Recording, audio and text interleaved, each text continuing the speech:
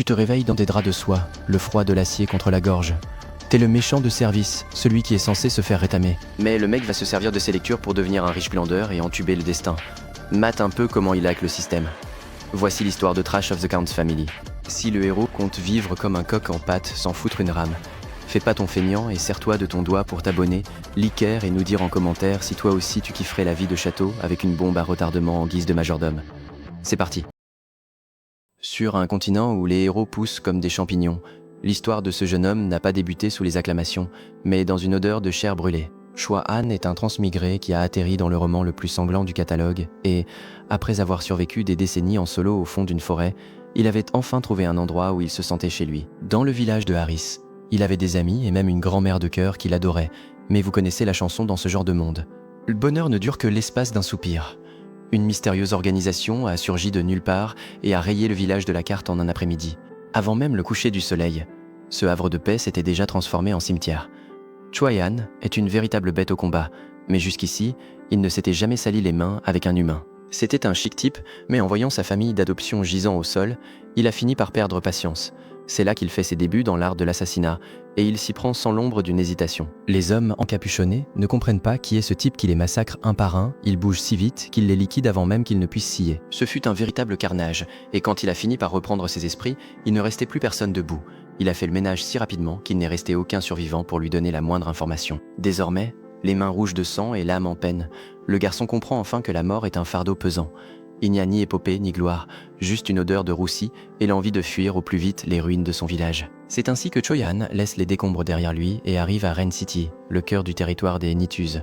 C'est là qu'il croise de la pire des manières Cal, le fils du comte, qui passe son temps à se saouler et à prendre tout le monde de haut. Le rouquin a voulu faire le malin avec la mauvaise personne, et il a fini par se prendre une sacrée raclée, le genre de correction qui vous remet les idées en place quand on parle trop. Soudain, un homme ouvre les yeux face au miroir et ne reconnaît pas son propre visage des traits de mannequin. Des cheveux rouges et un compte en banque bien rempli, mais ce n'est pas Cal. Notre protagoniste était un gars ordinaire qui s'est endormi en lisant un roman, et le voilà qui se réveille piégé dans le corps de celui qui vient de servir de punching ball. Le type analyse la situation en prenant un bain luxueux, appréciant le fait que sa nouvelle version soit bien plus canon que l'ancienne, avec un budget nettement plus confortable. Il sait que si l'histoire suit son cours normal, le héros va le laisser infirme ou carrément l'envoyer 6 pieds sous terre. Son nouveau plan est le rêve de tout chômeur vivre tranquille, éviter la douleur et claquer la thune de sa famille jusqu'à la fin du monde. Comme il se souvient de chaque détail du bouquin, survivre semble être un jeu d'enfant. Il n'a qu'une seule règle d'or à respecter, ne pas se comporter comme un idiot. Et vu que le Cal original était une vraie catastrophe, ça ne devrait pas être trop dur de passer pour quelqu'un de fréquentable. Alors qu'il tente encore de digérer sa nouvelle vie de noble, une voix derrière la porte lui annonce qu'il est l'heure de commencer la journée. Cal sort de sa chambre en peignoir, la mine dévastée, et tombe nez à nez avec Ron, son majordome. Le vieil homme l'accueille avec le sourire bienveillant d'un grand-père gâteau, mais Cal connaît son pédigré sous ses airs polis. Ron est un assassin impitoyable qui a traversé l'océan juste pour liquider des gens. En gros, il vient de se réveiller à côté d'une bombe à retardement livrée, et il va devoir s'en débarrasser avant que le vieux ne décide de s'entraîner au lancer de couteau sur son cou. Tout en sirotant son thé, il analyse la situation. Il sait que dans ce monde, sans force brute, on est fini. Mais son but n'est pas de jouer les héros de service. Son plan est simple, devenir assez costaud pour ne pas se faire buter, mais rester assez discret pour ne pas attirer l'attention. Il veut la belle vie, se la couler douce pendant que les autres s'étripent à la guerre. L'heure de s'habiller arrive et on lui apporte une tenue avec plus de froufrou qu'une robe de bal de promo. Heureusement, il a un physique de mannequin, et même une serpillière lui irait comme un gant après tout. La règle d'or de la mode, c'est d'avoir une belle gueule. Il déambule dans le manoir et les servantes manquent de s'évanouir de terreur sur son passage. Il faut dire que le Cal original était une vraie plaie, un ivrogne notoire qui passait son temps à dilapider la fortune familiale et à tout casser. Au moins, il n'était pas du genre violent, mais personne ne peut le voir en peinture pour autant. Pour lui, c'est parfait moins on le sollicite, plus c'est facile de jouer la comédie. Le reste du clan Enitus l'attend dans la salle à manger. Son père, le comte d'Erut, est le rêve de tout héritier, un type aux poches pleines d'or et au tempérament ultra calme. Le profil idéal pour ne pas poser de questions pendant que tu claques son fric. C'est un distributeur automatique avec un titre de noblesse. Sa belle-mère et ses frères sont là aussi, le surveillant du coin de l'œil, s'attendant à ce qu'il commence à balancer des bouteilles à tout moment. L'ambiance est plus glaciale qu'un rayon surgelé, mais Cal n'en a cure. Il s'envoie un morceau de saucisse et savoure l'instant, la vie de château a vraiment un goût exquis. Pourtant, son calme olympien rend tout le monde nerveux. Bazen, son frère cadet, le dévisage comme s'il avait vu un fantôme juste parce que Cal a daigné sourire. La tension est palpable, mais notre protagoniste ignore royalement le malaise familial pour se concentrer sur l'essentiel, le vin. Le gars a le sens des priorités. Le comte Derut brise la glace en s'enquérant du repas, s'attendant à la crise d'hystérie habituelle. Mais quand le rouquin lâche que c'est délicieux, le père manque de s'étouffer avec sa fourchette. Ils étaient tous prêts à voir les assiettes voler, et voilà que le type se met à avoir des manières. Un pur miracle. Cal réalise qu'être le mouton noir est le meilleur job du monde, car personne n'attend rien de vous. Son plan est de laisser son petit frère hériter de tout le stress du pouvoir pendant que lui fera carrière dans la paresse professionnelle, loin du front. C'est pourquoi quand le comte lui demande s'il a besoin de quoi que ce soit, Cal va droit au but et lui réclame de l'argent. Derut accepte sans broncher, convaincu que c'est un faible prix à payer pour s'acheter la paix et éviter que son fils ne saccage tout aujourd'hui. En voyant que les fonds de la famille sont illimités, le jeune homme comprend que sa retraite anticipée est d'ores et déjà assurée. Mais la tranquillité est de courte durée. Cal interpelle Ron et le majordome, avec ce sourire qui masque son talent de tueur d'élite, lui confirme que nous sommes bien le 29 mars. C'est la fin de la récré. Il sait que Choi Han, le gamin qui vient de vivre l'enfer dans la forêt et qui a les poings chargés de rancœur, est sur le point d'arriver. Si Cal ne bouge pas Fissa, la raclée de sa vie sera la seule chose qu'il recevra cet après-midi. Cal arrive en ville à bord de son luxueux carrosse et descend du véhicule juste devant un salon de thé, au nom bien trop mielleux à son goût.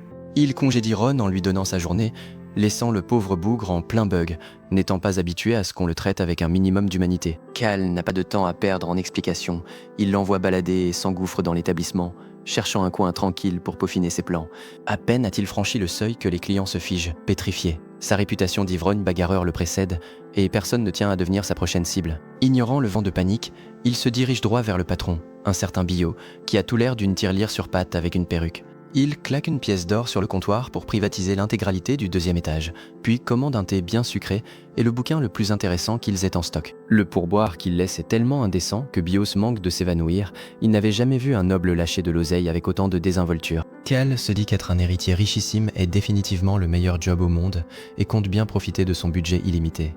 Il s'installe près de la fenêtre pour avoir une vue imprenable sur l'entrée de la ville. Si ses souvenirs du roman sont bons, Choi Han ne va pas tarder à se faire jeter comme un malpropre en venant signaler l'attaque de son village. Le gamin vient de tout perdre et cherche de l'aide, mais il va se heurter à la prétendue courtoisie des gardes locaux, qui n'ont pas une once d'empathie pour sa tragédie. Cal sait pertinemment que la noblesse du coin est une belle bande d'ordures qui accorde plus de valeur à un verre de vin qu'à la vie de 10 paysans. Avec des types pareils aux commandes, il est logique que Choi Han finisse par avoir envie de les rayer de la carte. Le gamin a un regard à vous glacer le sang, et Cal sait qu'il vaut mieux ne pas figurer sur sa liste noire. Il imagine déjà le topo si le scénario suivait son cours et il finirait avec les mains de Choi Han autour du cou et le portrait refait. Rien que d'y penser, il en a des frissons. Il chasse ses idées noires et se reconcentre sur ce qui se passe en bas. Le voilà, le protagoniste, planté devant des gardes qui lui réclament ses papiers, comme s'il n'était qu'un simple touriste égaré. Comme Choi Han n'a absolument rien sur lui, il lui claque la porte au nez et l'expédient d'un revers de main. Le jeune homme s'éloigne sans broncher, mais Cal sait qu'il attend juste le coucher du soleil pour franchir les remparts. Dans l'histoire originale, c'est là qu'il croiserait le noble ivrogne de service. Mais aujourd'hui, le programme a changé. Cal se lève, demande au patron de lui garder sa place et quitte l'établissement en toute discrétion. Laissant tout le monde bouche bée, le rouquin est parti sans casser la moindre chaise. Il se moque bien des ragots, il sait que le continent va sombrer dans le chaos quand la guerre éclatera et il veut juste la paix. Son objectif est l'équilibre parfait, être assez costaud pour ne pas se faire descendre, mais pas trop non plus, pour ne pas finir enrôlé de force dans une carrière de héros. Le compromis idéal entre la survie et une vie de rentier de luxe. C'est pour ça qu'il s'arrête devant une boulangerie, en quête de l'ingrédient clé d'un pouvoir ancien. Il n'est pas là pour une épée légendaire, ce qu'il lui faut, c'est le bouclier indestructible. De quoi s'assurer une retraite paisible pour que personne, absolument personne, ne puisse jamais l'atteindre. Aujourd'hui, je prépare l'appât pour obtenir le bouclier indestructible. Dès que Cal franchit le seuil de la boulangerie, le patron manque de faire une attaque rien qu'en croisant son regard. Sans perdre un instant, le rouquin pointe le comptoir du doigt et exige qu'on lui donne absolument tout le stock. Il lui balance une pièce d'or au visage, laissant le pauvre homme hésiter entre le remercier platement ou le supplier de l'épargner. Cal lui fait signe de se manier, le boulanger s'empresse de remplir les sacs comme si sa vie en dépendait. Il ressort de là avec un sac énorme sur l'épaule, on dirait un Père Noël qui n'aurait pas fermé l'œil de la nuit. En marchant, il sent les regards haineux et les murmures sur son passage, c'est le prix à payer pour la réputation de vaurien du corps dans lequel il a atterri. En observant les alentours, il réalise à quel point ce monde fantastique diffère de sa vieille Corée. Tout en pataugeant dans la boue, il ne pense qu'à une chose, sauver ses chaussures de luxe avant de ruiner sa tenue.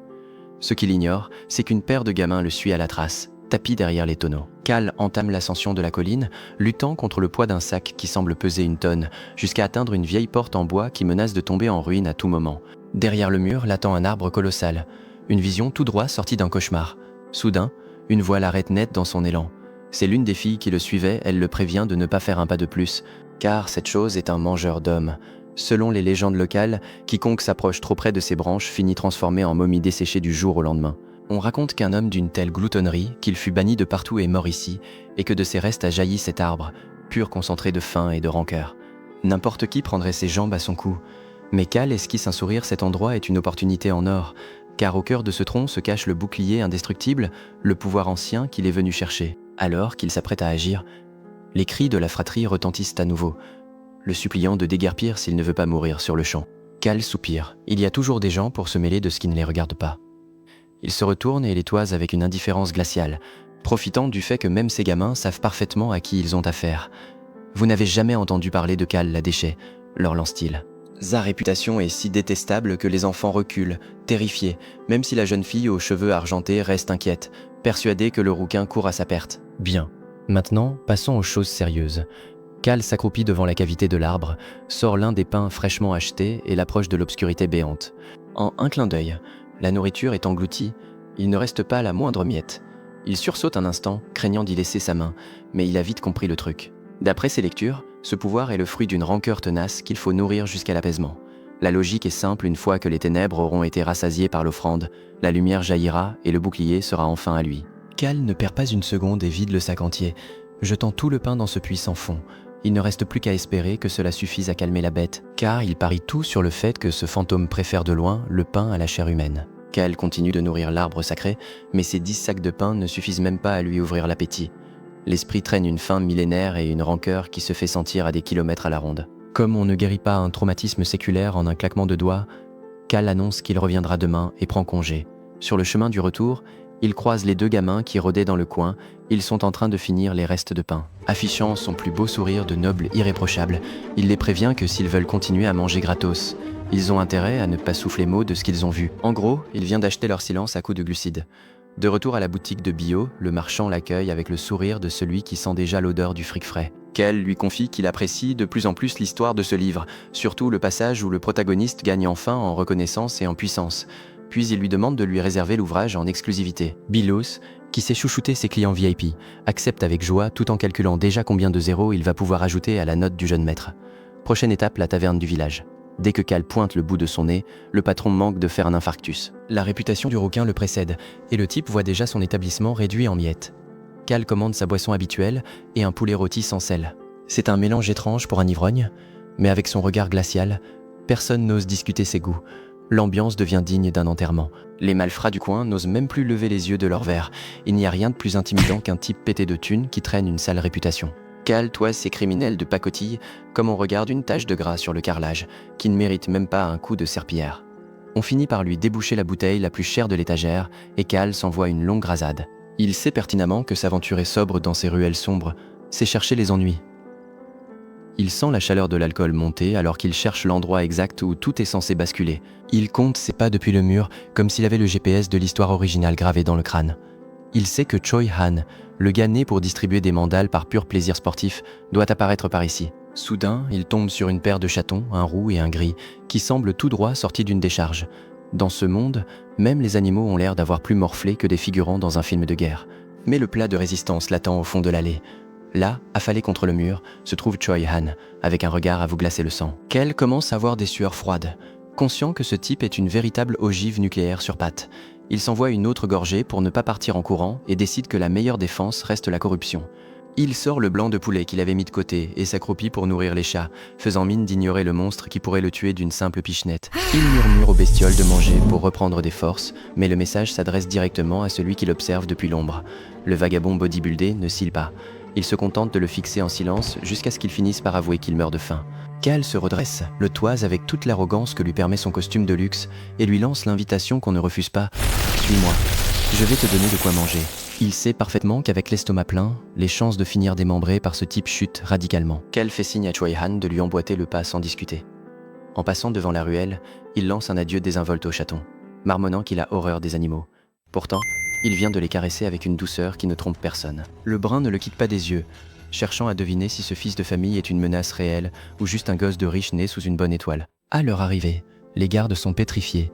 Ils bafouillent un jeune maître si nerveux que ça commence sérieusement à taper sur le système de Cal. C'est alors que Ron surgit avec son éternel sourire de grand-père attentionné. Celui-là même qui dissimule un assassin de légende. L'air devient électrique dès que ses yeux croisent ceux de Choi Han. C'est le genre de duel de regard silencieux propre au prédateur capable de flairer l'odeur du sang à des kilomètres. Ron propose de s'occuper personnellement de l'invité, mais Cal l'arrête net avant que le manoir ne se transforme en morgue. Il tombe ensuite sur Hans, le majordome adjoint, qui semble toujours au bord de l'hyperventilation. À bout de patience, Cal lui délègue les corvées pour avoir la paix. Hans hésite entre sauter de joie et prendre ses jambes à son cou, surtout quand son maître menace de lui faire regretter sa naissance, s'il l'importune encore. Mais le plus gros morceau reste à venir. Cal se dirige vers les cuisines pour lui présenter Backrox, le fils de Ron. L'homme manie ses lames avec une précision chirurgicale, aussi douée pour émincer des oignons que pour vous prélever le foie sans que vous ne sentiez rien. Le voilà en train de découper sa viande avec une expression qui suggère qu'il préférerait débiter de l'humain. Cal sait qu'il doit garder ce psychopathe à distance dans l'histoire originale.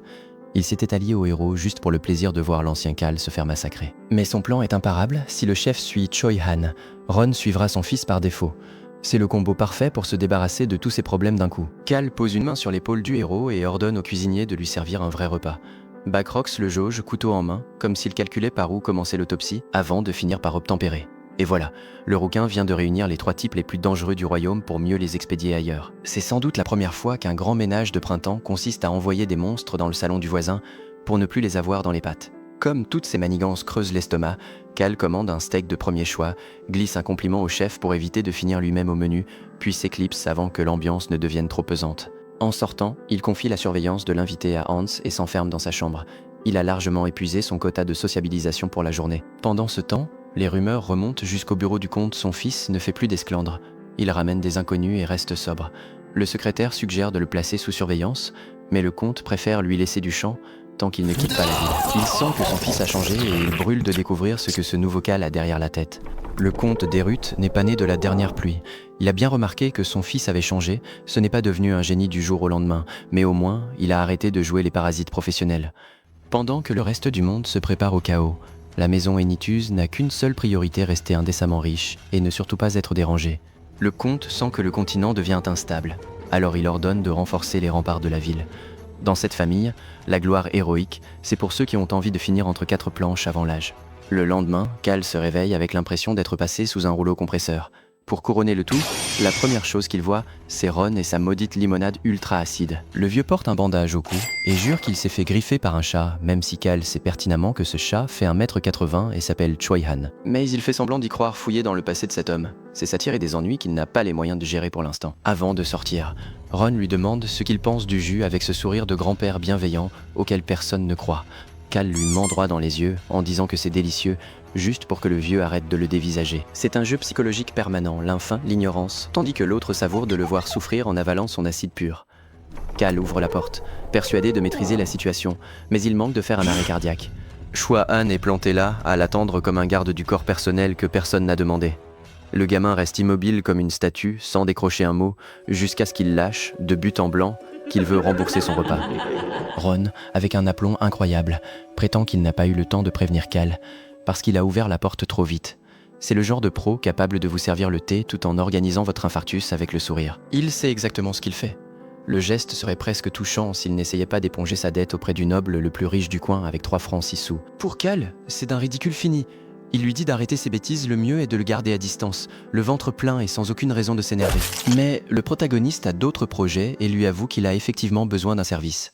Cal flaire le danger à des kilomètres, il sait que s'il s'implique dans le drame du village de Harris, son rêve de devenir un riche paresseux partira direct à la poubelle. Il décide donc de s'en laver les mains et refile le bébé à Hans, l'autre majordome. Il affirme que le type est un génie et qu'il saura répondre à toutes ses requêtes. En gros, il l'envoie harceler quelqu'un d'autre pour pouvoir retourner à sa difficile tâche de privilégié. Pour conclure son coup, Cal demande à Ron de s'occuper de lui comme d'un invité de marque. Choi Han est totalement déstabilisé. Il n'arrive pas à croire que ce noble l'aide sans rien demander en retour. C'est là que Cal sort sa réplique de héros « Ai-je besoin d'une raison pour aider ceux qui ont moins que moi ?» Regardez-le, il est à fond dans son rôle. Une fois sa performance terminée, le rouquin s'éclipse pour aller toucher son argent de poche et tout claquer dans la journée. Pour lui, les traumatismes et les missions suicides, c'est le problème du héros, pas le sien. Il file avant qu'on ne lui colle une autre responsabilité sur le dos. Pendant ce temps, Ron fixe le fond de sa tasse avec l'air de celui qui sent qu'il y a anguille sous roche. Le vieux est un expert pour détecter les mensonges et il sait que quelque chose cloche. L'héritier Enituse a horreur de ce qui est acide, pourtant il a sifflé sa limonade d'un trait sans broncher. Il remarque que le gamin en sait bien plus qu'il n'en a l'air et ça le met sur ses gardes. Il emmène le jeune homme en noir en faisant remarquer qu'il sent encore le sang, une odeur qu'il connaît bien et qui se marie à merveille avec le nouveau talent de son maître, celui de mentir avec un aplomb capable de tromper n'importe qui. Finalement, le majordome sourit à voir un patron aussi tordu, c'est exactement ce qu'il lui fallait pour ne pas mourir d'ennui. Quelle fin acide! Si Cal a réussi à descendre cette limonade rance sans même faire une grimace, alors vous n'avez aucune excuse. Explosez-moi ce bouton like. Abonnez-vous pour ne rien manquer de cette vie de château et dites-moi en commentaire. Quel autre manoir je devrais vous raconter? Allez, à la prochaine. Cal se pointe devant l'arbre dévoreur d'hommes et commence à lui balancer des miches de pain comme s'il nourrissait les pigeons sur une place publique. Il s'avère que la voix qu'il entend est l'esprit d'une prêtresse morte de faim. Cette plante ne comprend donc que le langage des glucides et elle n'est pas près de lâcher son trésor avant d'être rassasiée. Cal doit faire vite son vieux-là convoqué pour le dîner et il lui manque encore la moitié d'une boulangerie pour combler ce puits sans fond. Le rouquin a déjà dévalisé une boutique hier. Il doit maintenant se dégoter un autre fournisseur pour continuer de nourrir ce meuble. En chemin, il croise les gamins des rues qui le dévisagent avec une dalle qu'il n'arrive même plus à cacher. Par chance, une vendeuse avec un flair incroyable pour le fric débarque et lui propose tout son stock d'un coup. Cal ne perd pas une seconde, lui lance une pièce et exige qu'elle lui ramène jusqu'à la dernière miette. La femme, ravie de tenir son meilleur client, revient avec un sac qui pèse une tonne et Cal s'en va en se disant que c'est quand même un plaisir de faire les courses comme ça. Mais tout le monde n'avale pas sa nouvelle routine de charité. Le vieux Ron le surveille dans l'ombre, très méfiant, persuadé que le jeune maître a fini par perdre les pédales. Pour lui, Cal est passé de l'ivrogne bon à rien au fou imprévisible qui claque des fortunes pour nourrir un arbre. N'empêche, le vieux admet qu'observer son patron est presque aussi divertissant que de surveiller le type aux cheveux noirs qui vient d'arriver au manoir. Avant de filer, Cal retourne voir les gamins et leur refile un flacon de feuilles médicinales. Les gosses tirent la tronche parce que ça ne se mange pas, mais il les coupe net. Il leur ordonne de déguerpir et de ne surtout pas s'aviser de mourir, étouffant toute tentative de remerciement. Il leur sauve la mise uniquement pour qu'ils ne viennent pas lui salir le trottoir avec un cadavre. Rien ne gâche plus la vue qu'un orphelin qui claque au mauvais moment. Au fond, Kim Rok-soo sait parfaitement ce que c'est que d'être dans la dèche, et il se rend compte que voir les autres souffrir lui cause un malaise qu'il préfère régler vite fait pour passer à autre chose. Sa priorité reste de gaver l'arbre carnivore. Bouffe jusqu'à ce que t'en crèves. Lâche-t-il en vidant des sacs entiers de pain. Dépenser une fortune en féculents semble porter ses fruits, car l'aura sombre qui entourait l'arbre commence enfin à se dissiper. Sur le chemin du retour, il recroise les deux chatons de l'autre jour qui le regardent avec des yeux de malheureux qui n'ont pas mangé depuis une semaine. Cal sait que s'il leur fait une caresse, il finira par les ramener au manoir. Alors il applique sa règle d'or, ignorer tout ce qui sent les emmerdes et tracer sa route. Sauf que les emmerdes, elles, l'attendaient sagement à la maison. Le comte des routes le convoque dans la bibliothèque pour lui annoncer une nouvelle qui lui fait l'effet d'une douche froide. Il doit se rendre à la capitale en tant que représentant de la famille. D'habitude, c'est Bazen, son cadet, qui s'y colle, mais le père insiste pour que cette fois ce soit l'aîné qui honore la cérémonie de la couronne de sa présence. Cal en a le souffle coupé parce qu'il sait exactement ce que la capitale signifie en ce moment l'attentat sur la place. Dans le bouquin, une organisation secrète prévoit une attaque terroriste juste au moment où la ville est noire de monde. Dans l'histoire originale, c'est là que Cho Han brille et devient le chouchou de la famille royale. Pour un héros, c'est l'occasion d'une vie, mais pour quelqu'un qui veut juste faire la sieste, c'est un piège mortel. Il regarde Bazen, planté là avec sa tête de premier de la classe, et l'idée de l'envoyer à sa place lui traverse l'esprit une seconde, mais il sait qu'il ne peut pas être une ordure à ce point-là. Finalement, Cal est victime de sa propre santé dans le roman. À ce stade, il se serait déjà fait tellement amocher qu'il ne pourrait plus marcher, annulant le voyage pour raison médicale. Mais comme ici il a joué les citoyens modèles et gardé toutes ses dents, il a maintenant le privilège d'aller voir s'il peut se prendre une bombe. Son père confirme le départ dans 5 jours et pour couronner le tout, Bazen lui sort qu'il n'y a aucune raison qu'il n'y aille pas. C'est là que le rouquin commence à paniquer. Bazen se prépare à la succession depuis 2 ans. Qu'il s'efface maintenant pour lui laisser la place est un véritable cauchemar. Si le gamin commence à le voir comme quelqu'un de capable, Cal est à 2 doigts de se taper de vraies responsabilités. Et ça, c'est le poison de son plan pour glander toute sa vie. Il encaisse le coup et recalcule Fissa. Il sait que si Bazen va à la capitale et se fait descendre pendant l'attentat, le poste de chef lui retombera dessus par défaut. En gros, si la roue de secours familial passe l'arme à gauche, c'en est fini de sa tranquillité. Cal décide donc d'y aller en personne pour protéger son futur de feignant. Il préfère risquer sa peau un court instant plutôt que de devoir bosser jusqu'à la fin de ses jours. Au final, rien ne motive plus à survivre à une attaque terroriste que l'envie viscérale de ne strictement rien foutre demain. Dans le couloir, il croise Hans qui vient le prévenir que l'invité a fini de manger. Cal, qui a toujours un coup d'avance, demande à ce qu'on le lui amène. Hans ne pige pas pourquoi il veut voir un type qui a l'air de sortir d'un champ de bataille. Mais le rouquin a déjà tout le plan en tête. L'idée est simple, s'accaparer le guerrier le plus balèze de ce monde comme garde du corps personnel pour que le voyage soit une simple promenade de santé. Et si le gars ose refuser, il lui rappellera qu'il lui est redevable pour la bouffe. L'heure est venue d'utiliser le protagoniste du roman à son propre avantage. Choi-Han a enfin cessé de ressembler à un figurant de film de zombies. On voit que Ron et son fils Backrox le remplument bien, suivant à la lettre le plan du jeune maître. Les choses commencent à s'écarter du roman original, mais Cal sait que le véritable chaos ne débutera qu'une fois arrivé à la capitale. Pour sceller leur accord, il pose ses conditions sur la table. Après tout, rien n'est plus convaincant qu'une offre généreuse. Le jeune homme accepte, tandis que Ron entre dans la pièce avec ce sourire de grand-père attentionné qui vous fait douter va-t-il vous servir le thé ou vous trancher la gorge. Le vieil homme apporte un thé au miel et au citron, mais Cal en perd le sommeil tant sa simple présence le crispe. Son plan de génie est de s'en débarrasser en l'envoyant avec Choi-Han le plus vite possible qu'ils s'occupent à se torturer mutuellement. Assis face à face, l'entretien d'embauche le plus tendu au monde commence. Cal veut savoir si cette arme humaine est capable de protéger quelqu'un. Pendant ce temps, le rouquin calcule déjà comment s'emparer de tous les pouvoirs anciens avant que le groupe du héros ne mette la main dessus. De toute façon, le protagoniste est déjà bien assez fort. Il n'a pas besoin de plus de jouets. Choi-Han hésite. Tuer, il sait faire, mais protéger, c'est une autre paire de manches. Cal le pousse dans ses retranchements. Si tu es capable d'ôter la vie, tu es forcément capable de la préserver. Le gamin bout intérieurement, il sent qu'on le provoque, mais il ne peut nier la logique implacable de son nouveau patron. Dans sa vie antérieure en tant que Kim Rok-soo, Cal a appris que les problèmes ne s'évaporent pas en les ignorant. C'est pour ça qu'il a endossé le rôle du vaurien de la famille avec plaisir. Son objectif est limpide, pour pouvoir se la couler douce le restant de ses jours. Il doit d'abord surmonter l'obstacle qui se dresse devant lui. Pour conclure le marché, il pose la question finale.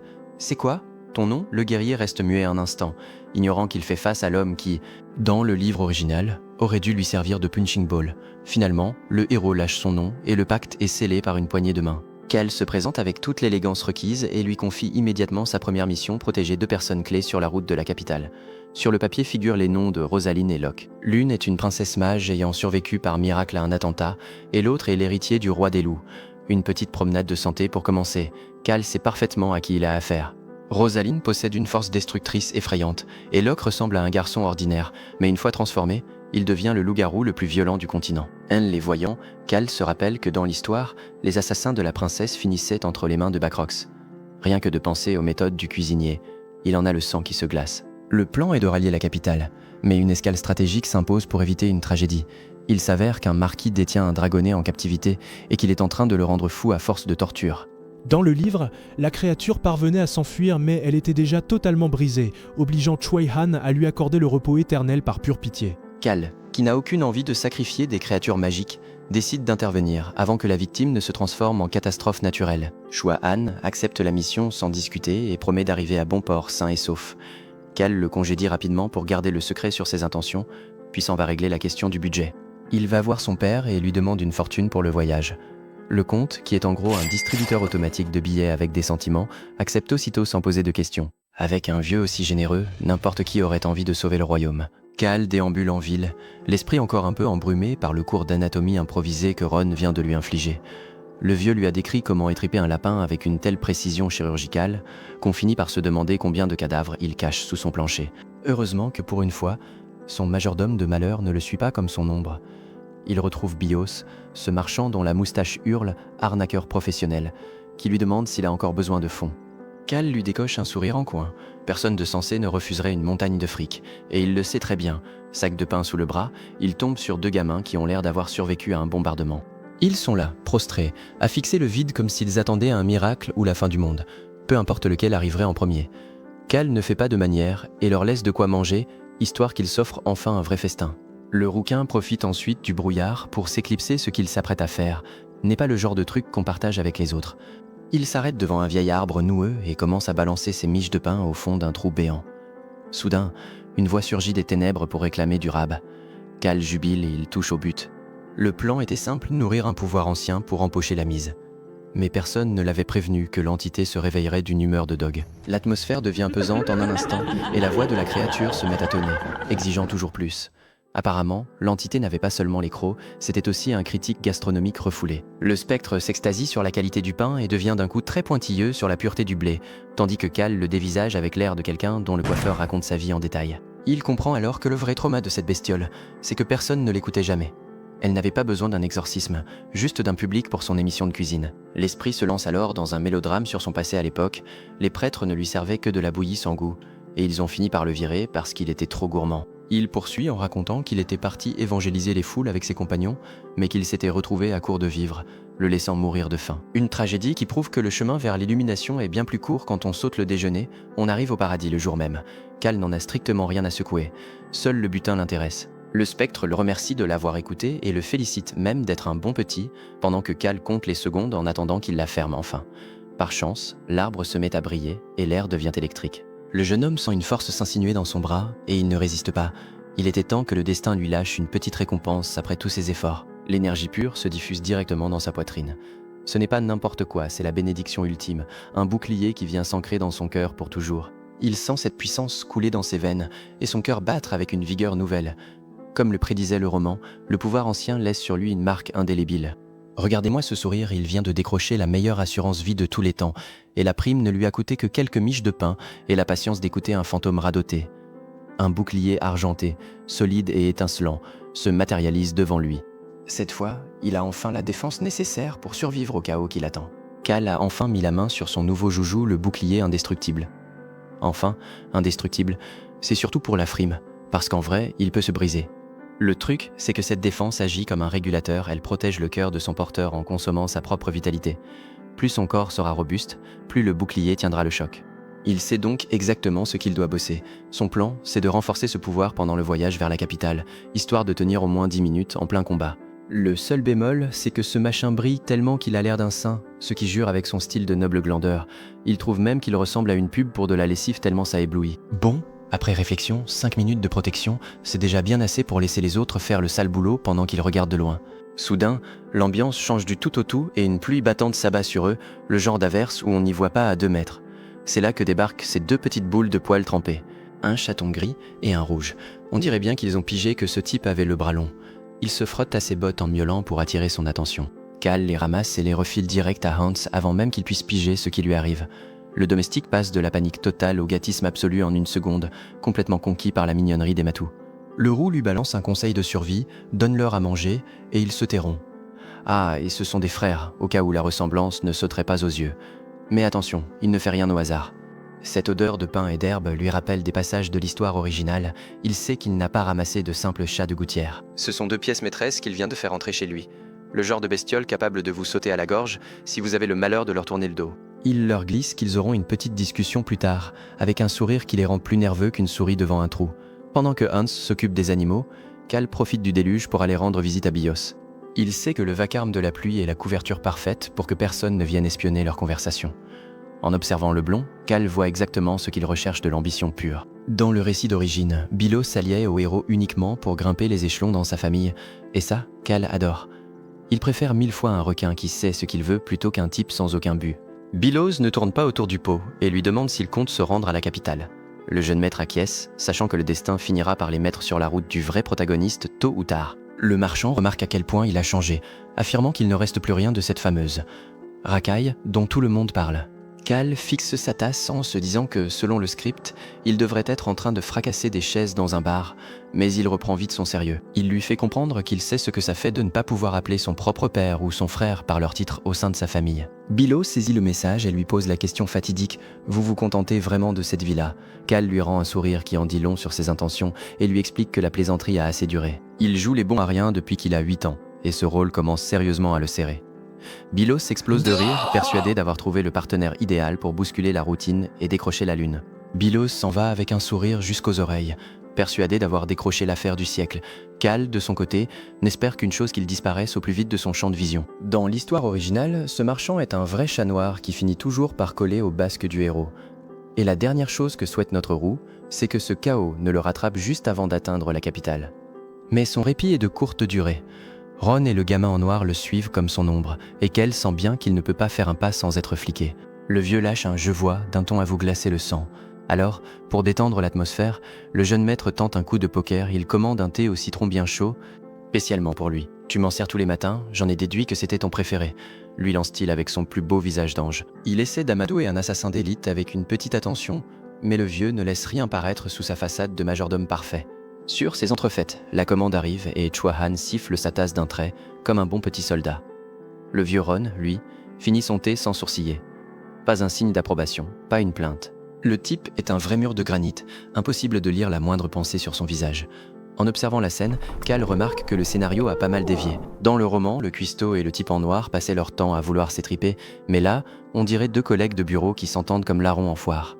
Pour l'instant, Cal a l'impression de gérer son petit cirque et de garder les fauves à l'œil. Il sait que le livre est un bon guide, mais sa priorité numéro 1 reste de sauver sa peau. Il n'est pas venu ici pour suivre un script si ça finit par l'envoyer entre quatre planches. Ron le suit de près avec ce regard glacial, tout en murmurant que même l'aversion finit par créer de l'attachement. Le vieil homme se remémore alors l'époque où Cal était plus jeune. Il garde gravé en mémoire le moment où sa mère est morte, et comment le gamin avait refoulé sa propre douleur pour être celui qui consolerait son père.